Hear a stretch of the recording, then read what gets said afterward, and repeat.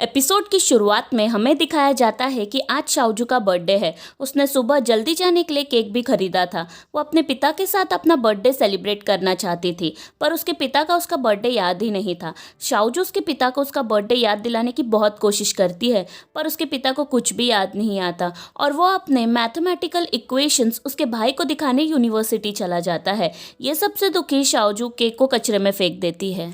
PP अभी भी Helen जिंग को इग्नोर कर रही थी, पर हेलेन जिंग हमेशा की तरह पीपी का पीछा करता है, चाहे वो क्लास हो या बार हो, जहां वो काम करती थी। उस दिन पीपी बार में काम ही कर रही थी, तभी एक आदमी उसे अल्कोहल पीने बोलता है। पीपी ये बोल के मना करती है कि वो अल्कोहल को टॉलरेट नहीं कर सकती। वो आदमी उसे धमकाता है और मैनेजर को कंप्लेंट देने की बात करता है। सही वक्त पर हेलेन जिंग वहां पहुंचता है। हेलेन जिंग नॉर्मल फूड और ड्रिंक्स को हैंडल नहीं कर सकता था, पर फिर भी वो पीपी को बचाने के लिए ना चाहते हुए भी वो अल्कोहल पी लेता है। पर अल्कोहल का हेलेन जिंग का पीना उस आदमी को पसंद नहीं आता है। वो आदमी उन दोनों पे चिल्लाता है और धमकाना शुरू करता है। तभी बार का मैनेजर वहां पहुंचता है। मैनेजर पीपी को उस आदमी को सॉरी बोलने बोलता है। पीपी सॉरी बोलती है, पर वो आदमी चाहता था कि हेलेन जिंग भी उसे सॉरी बोले। हेलेन जिंग की कोई गलती ना होने के बावजूद वो पीपी को बचाने के लिए उस आदमी से झुक के माफी मांगता है और वहां से चला जाता है। पीपी को ऑफकोर्स हेलेन जिंग के लिए बुरा लग रहा था। वो उससे मिलने बाहर जाता है, तभी हेलेन जिंग उल्टी कर रहा था। हेलेन जिंग पीपी को देख के उससे पूछता है कि क्या वो ठीक है। अब पीपी फाइनली हेलेन जिंग को उसे इग्नोर करने का कारण बताती है। वो हेलेन जिंग को पूछती है कि वो किससे प्यार करता है, उसके चेहरे से जो हुयान से बहुत मिलता है या फिर उससे, क्योंकि अगर वो हुयान से प्यार करता है तो उसे भी हुयान और उसका पास्ट याद रहना चाहिए, और अगर वो पीपी से प्यार करता है तो वो हुयान को कैसे बीट कर सकती है। रीज़न चाहे कुछ भी हो, ये उसके लिए अनफेयर है। बट एट द एंड वो हेलेन जिंग को अपना लव कन्फेस करती है। हेलेन जिंग पीपी का कन्फेशन सुन के बहुत खुश था। वो पीपी को बोलता है कि इस जन्म में वो सिर्फ उससे ही यानी पीपी से ही प्यार करता है। वो उसे गले लगता है और उसे शादी करने के लिए पूछता है, जिसे पीपी मान जाती है। दोनों एक दूसरे का लव कन्फेशन सुन के बहुत खुश थे। पीपी हेलेन जिंग को उसके घर छोड़ने जाती है। हेलेन जिंग उसे आज रात उसके घर पर ही रुकने बोलता है, पर पीपी मना करती है। घर पहुंचने पर दोनों देखते हैं कि चनवा ऑलरेडी उसके घर पर उसका वेट कर रही थी। पीपी चनवा और हेलेन जिंग का रिश्ता जानती थी, इसलिए उन दोनों को अकेले में बात करने के लिए छोड़ के वो अपने खुद के घर जाती है। पीपी के जाने के बाद चनवा हेलेन जिंग को बताती है कि वो प्रिंसेस शोयान से मिली है और अब उसे पीपी को बचाने का रास्ता पता है। वो पूरी बात हेलेन जिंग को बताती है। हेलेन जिंग पूरी बात को शांति से सुनता है और अंत में उसके चेहरे पे एक हल्की स्माइल थी। वो बोलता है कि बस यही बात थी, अगर ये मुझे पहले पता होता तो मैं ये पहले ही कर चुका होता। चनवा उसे बोलती है कि इस बार वो थोड़ा सेल्फिश बने और फ्यूचर के बारे में सोचे।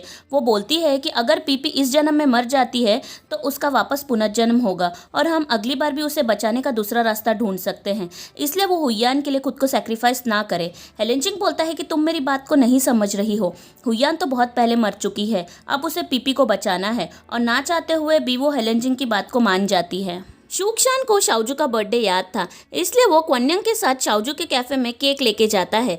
वो दोनों मिलकर शाओजू का बर्थडे सेलिब्रेट करते हैं। शाओजू उन दोनों को देख के बहुत खुश थी। वो तीनों ड्रिंक्स और बातों के साथ टाइम स्पेंड कर ही रहे थे, तभी शूक्शान शाओजू को पूछता है कि उसकी मॉम कौन थी। वो बोलती है कि मेरे बचपन में पापा हमेशा काम में व्यस्त रहते थे, मॉम हमेशा अकेली थी। कुछ दिनों बाद उन्होंने अपना एक दोस्त बना लिया।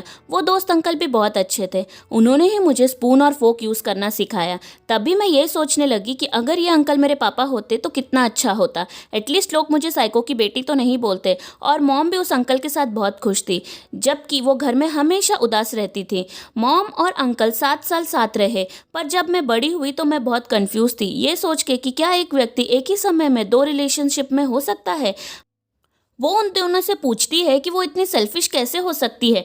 मैं उस वक्त बहुत कंफ्यूज थी, ये सोच के कि मॉम के अफेयर की बात मुझे मेरे पापा को बताना चाहिए या नहीं। पर मेरी मॉम मेरे पापा की भी केयर करती थी, पर मॉम को उस अंकल के साथ रिलेशनशिप भी मेंटेन करना था। वो उन दोनों से पूछती है कि अगर मेरी मॉम थोड़ा ब्रेव बन के डैड और उस अंकल दोनों को खुद की फीलिंग्स बताती तो क्या उन तीनों हम तीनों के जैसे साथ में बैठ के हमारी तरह बात करते थे, शायद वो तीनों सैड भी नहीं होते। पर क्वन्यंग और शुक्शान दोनों शाओजू को कुछ नहीं बोलते।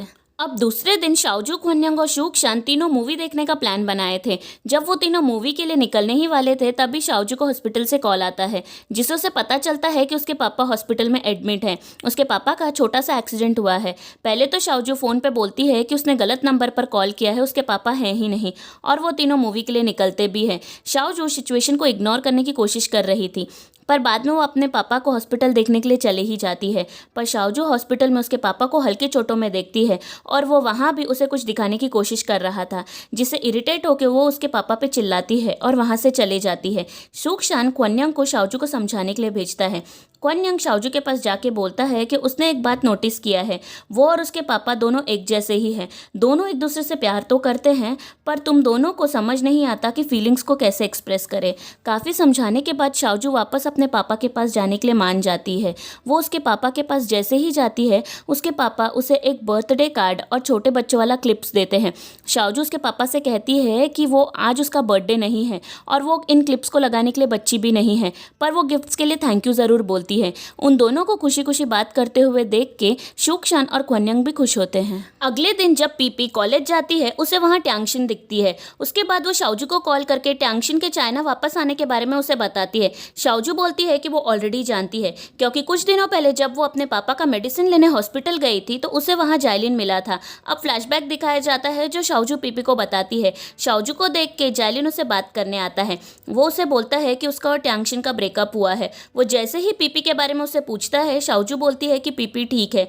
जाइलिन बोलता है कि वो पीपी से मिलना चाहता है, तो शाओजू बोलती है कि अगर तुम पीपी से मिलकर उससे माफ़ी मांगना चाहते हो तो उसकी कोई ज़रूरत नहीं है, क्योंकि पीपी ने ऑलरेडी तुम्हें माफ़ कर दिया है। और अगर तुम पीपी से वापस रिलेशन बनाने के लिए मिलना चाहते हो तो मैं पहले ही बोल देती हूँ, पीपी तुम्हारे पास रिटर्न नहीं आएगी। जाइलिन बोलता है कि मुझे पता है कि पहले मैं गलत था। शाओजू बोलती है कि सही कहा, प्यार करना ब्रेकअप करना नॉर्मल होता है, पर तुमने पीपी की बेस्ट फ्रेंड से प्यार किया और तुमने इस बात को उसको बताने की ज़रूरत भी नहीं समझी।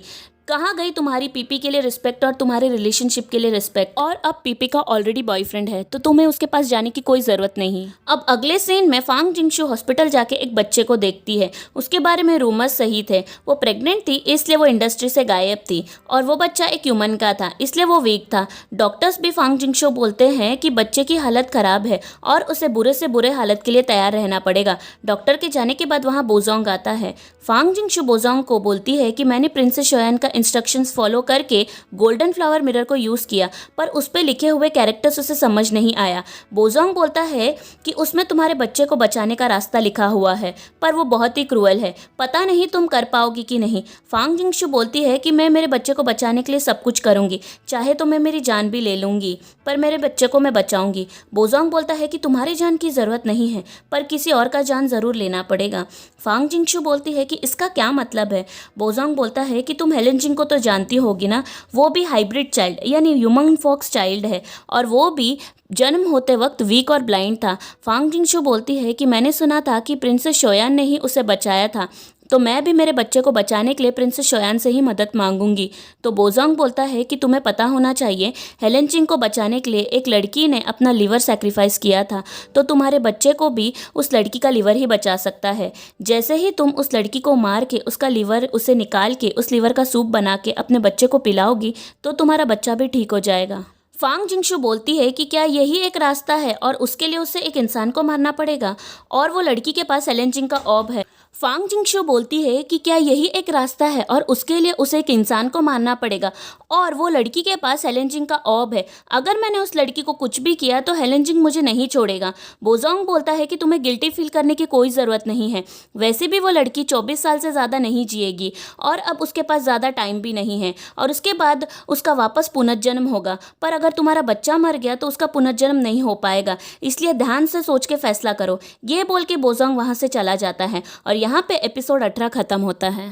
कैसा लगा आपको ये एपिसोड मुझे कमेंट सेक्शन में लिख के ज़रूर बताइएगा। मिलती हूँ मैं आपसे अपने अगले वीडियो में, तब तक के लिए bye bye and take care.